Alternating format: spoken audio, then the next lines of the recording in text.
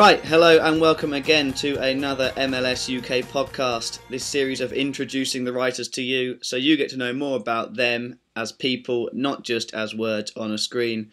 And once again, I'm of course joined by the fabulous John Parker. Say hello, John. Of course you're joined by me. Hello everyone. I'm here as usual, just winding everyone up really. So I'm here. I'm enjoying that intro more and more, Dan. I've got to say, I think that we should keep that going throughout the year. Nobody's complained about it yet. You mean the song? So, yeah. Yeah. I'm really happy about that little intro. Yeah, I feel like it. That should be our theme tune. I think we should also have a guess to see if anyone can guess what song that actually is that we're using as our intro. That would be fantastic. So if you do know what that song is, comment on the video below and let us know what it is. And if you guess it, if you guess it, John's going to send you some Bovril. But alas, we digress, John. We digress. We digress, mate. Yes, so we're here this week for, of course, one reason and one reason only, and that is to introduce you to a new writer. And this one, will have just recently had an article out, and he's the second Timbers writer to have an article out. The first to get interviewed, of course, but he is the one and only. It's Tim Orchard. Say hello, Tim. Hello Dan, hello John, hello MLS fans. How you doing? And so, Tim, we'll start with the easy ones. And so, what brought you to come and write for MLS UK? Well, you guys really. I came and visited. I think it was whose house was it? Was it? I can't. It was me. Was it your house? Yeah. When we were doing a film shoot in Milton Keynes, and you guys were talking about it, and we were listing football teams of every letter of the alphabet and things, had a bit of banter about football, and I was just interested in what you guys were doing. And when you asked me if I wanted to get involved, I was like, yeah, definitely want to get involved. So yeah, that's basically my reasons. John, did you hear that? We're inspirations. We are as role models for people. I love that. I'm somehow feeling like really godlike at the moment. It's great. Thank you for that, Tim. UK MLS virus, yeah. Oh, that's a slightly different way of describing it, but that'll work. We pass on. I can't say that. It's going to end badly. It's going to end badly. MLS UK. No, I was generally interested. I wanted to get involved. I was seeing what you guys were doing. I was like, oh, cool, yeah. So, of course, you decide you're going to get involved, and then obviously you kind of have an open field of who you want to support and what you wanted to do in terms of that. What drew you to Timbers? What was it about them that made you want to cheer green? Yeah, it was a lot about character. It was a lot about the character of the team. It's weird because I looked through quite a lot of the teams, obviously the ones that were available, and there were quite a lot of them. And I was quite drawn to Colorado Rapids originally because they had the claret and blue, because they had the Aston Villa thing going on, and their badge even was quite similar. It had the star on the top of it. I thought, yeah, that's very similar to the way that Aston Villa's badge was doing. But I think it was more drawn to sort of things outside of football, as well as the passion that's in the people who turn up to the games week in, week out to see their team play. I was just quite interested in all the different things they did, like the cutting of the log, you having a mascot, doing the blessing of the log and things like that. And the fan base just looked awesome. I mean, have a look online. When you put in Portland Timbers, you get so many different videos of the fans doing the little Tetris dance, jumping from side to side, and it just looked like a really interesting thing to get involved with. Another big thing about it, as well, is the fact that they're based in Oregon, and when I get a bit of money together, I want to drive up and down the in one direction. I don't know if it's top to bottom or bottom to top, across the west coast of America. And Oregon is somewhere that I don't know a huge about, and a huge deal about, and it would be nice to sort of get involved with what goes on in that state and what goes on in Portland. Well, that's fantastic. I mean, obviously, you clearly thought about it, which is good to see. And just as a question, obviously, because there are all sorts of traditions that go on with Portland, with the log and the cutting off the log, and then you get that given to you when you score, or if the keeper keeps a clean sheet, or as they say in America, a shutout. How do you find that from a British fan of football? We don't have that kind of thing. How have you found that? Is it weird to sort of think about, or how do you feel about that? I find it quite strange to think about, because the thing is with it is that there's so many competitions over here.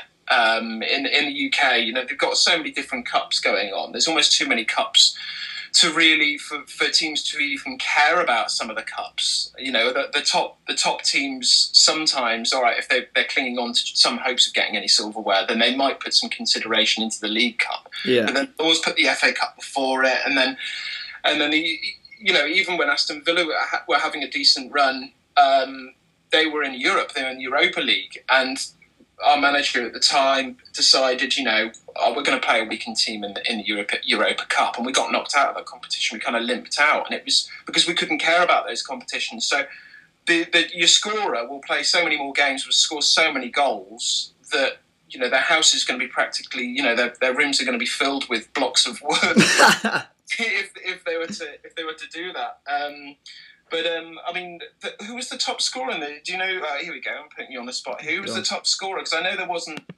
in the MLS last season. I think it was like 19 goals or something. With the highest scorer scored about 19 goals or something. Was it? Yeah, I'm not. I'm gonna have to. Well, when I saw how many, you know, how many they're expecting. Let's say the Timbers are expecting from Chris Boyd. I mean, if he were to get a piece, you know, a block of wood, you know, a slice of wood for each time he scored in Scotland, you know, he'd have a lot. So there you go. I think if he has the same scoring form in Scotland over in Timbers, playing for Timbers, then, you know, he's going to get a lot of blocks of wood. Well, here you go. Here's your stat. Just suddenly remembered off the top of my head. The top goal scorers last year were on 16 goals. So 16 goals, yeah. So I mean that would still be 16 pieces of massive tree. So what do you do with that? What do you do with 16 pieces of tree? And talk about having wood. That's insane. Do you like rebuild a tree in your own back garden and have some sort of like stub tree, or maybe that's a question. That's a question that we can ask the fans of Portland right now. Is you know, can they tell us what happens to the wood? What does happen to the wood? Do they have one log for the season? I mean, it's They, as far as I believe, and I've only been educated on other fans at the place, you know, is that they go out and find, you know, it's a big tradition where they all go out and find the tree, and then they fell that tree that's going to be the season's tree. So I think it's just one tree. If they finish the tree, I don't really know what happens. I was going to say, I feel that's like a limited plan. That's basically saying we're not going to score many more goals than this. This is this tree. But then again, if you just get a massive tree, you might be all right. It was quite a big tree from what I could see of it. It was a big old tree. It is a big tree. And also, I saw like Timber Joe, which is the other. There's Timber Jim, and there's another guy called Joe who chainsaws bits off. God, that guy freaks me out. And, I think he went to West Brom. I think they must. I don't know why. I think they were at. Is it the Hawthorns? Is that West Brom's ground? Yeah. They went to West Brom's ground anyway. And I think it was either a season friendly or something like that. But he was at the front and he was sawing off a bit. And they do. It is quite a thin. He's very good. He can chop off quite a thin slab of wood. So yeah, if he cuts it thinly, then it should make it through. As long as they have a good season, they don't want anything left behind. Well, last season they scored 40 goals. That's obviously overall the whole campaign. So I mean, you're saying about 20 pieces of log you're going to need. So you can, you know, you've got to just assume that you've got to cut with the assumption that you're going to score more, haven't you? Really, that's the way you've got to work it. You've got to assume the best, and then that's it. I mean, how many games? I don't know how many games they play in the MLS. It's changing. Because obviously, the more games, the chance they're going to get more goals, and the more wood they're going to have to chop in order to distribute to players and goalkeepers.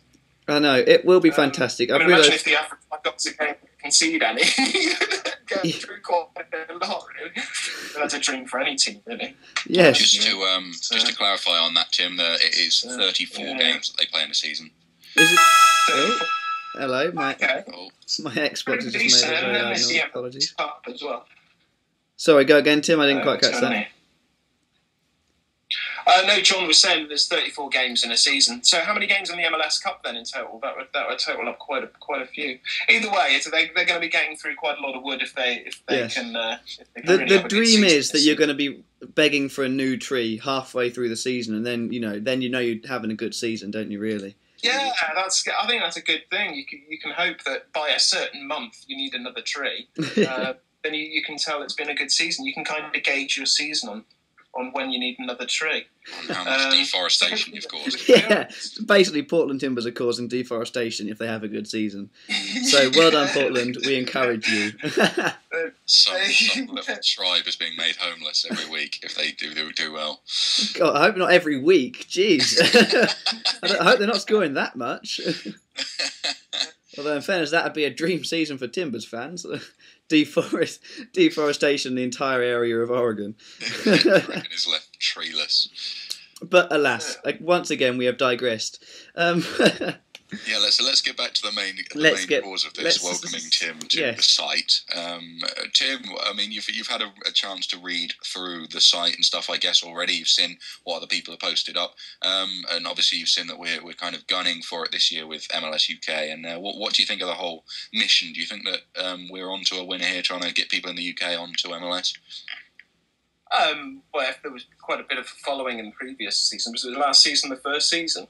Yes, yeah, it was. It was. Well, I mean, you've had a lot of support from last season. You've got even more writers this season, which gives people more reason to come onto the site and have a look to see what's new, because there's going to be more writers, more news, more fans, and also with more people supporting more teams, people who felt a bit left out last season. If their team wasn't covered by MLS UK, then hopefully this year their team is now have got writers for them, such as the Timbers.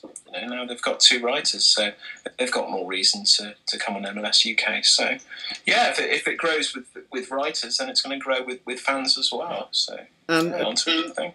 And of course, one last question, just to round us up. We're running into a slightly large podcast due to our massive tree-based debate.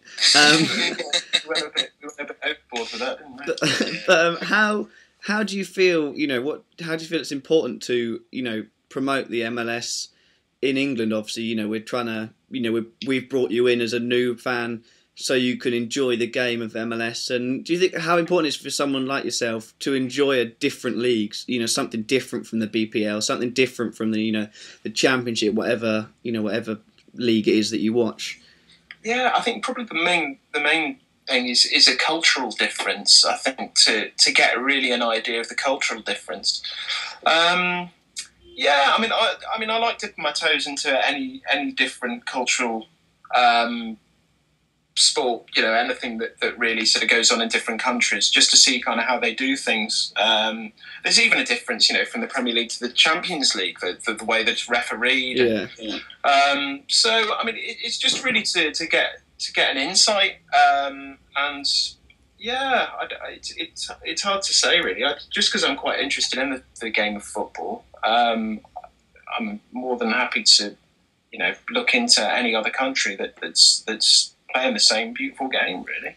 Well, that is brilliant, and we hope you do enjoy the beautiful game in America. And I'm sure the Portland Timbers fans are going to feel very lucky to have you writing and blogging and occasionally coming on another podcast. And yeah, John, how do you feel about that? Are you pleased to have Tim on board? I'll be honest, I'm over the moon to have Tim on board. When did I meet you, Tim? I met you last year for the first time. Yeah, so we've known each other about 12 months now. And the first time I met Tim, the first thing that strikes you about Tim is just what an intelligent guy he is. And as long as you don't mention Batman Arkham Asylum, then it's usually a pretty good conversation, really. Yeah, you're fine without that. He's just, you'll have to ask him about that, fans. Ask him about Arkham Asylum. It's been a lasting impression. Yeah, so if you want to find out about that, do tweet Tim. And Tim, what is your Twitter handle? My Twitter handle is TimUleOh, Tim ULEOH. And of course, you can get in contact with him through that, or comment on his posts. Do what you like. Get in contact with us. Get in contact with us. Get in contact with Tim. Get in contact with John. Get in contact with me. just generally, we're a very open community here. So if you want to know anything, if you have any questions for Tim, do contact him in any way, and I'm sure he'll do his best to answer him and give him all the help. He's obviously new to the game, so tell him what you love about the game and why he's going to absolutely love Timbers. So on that note, I will say goodbye from me, a goodbye from John, a goodbye from Tim, and we shall see you again soon. Goodbye, everybody. Goodbye.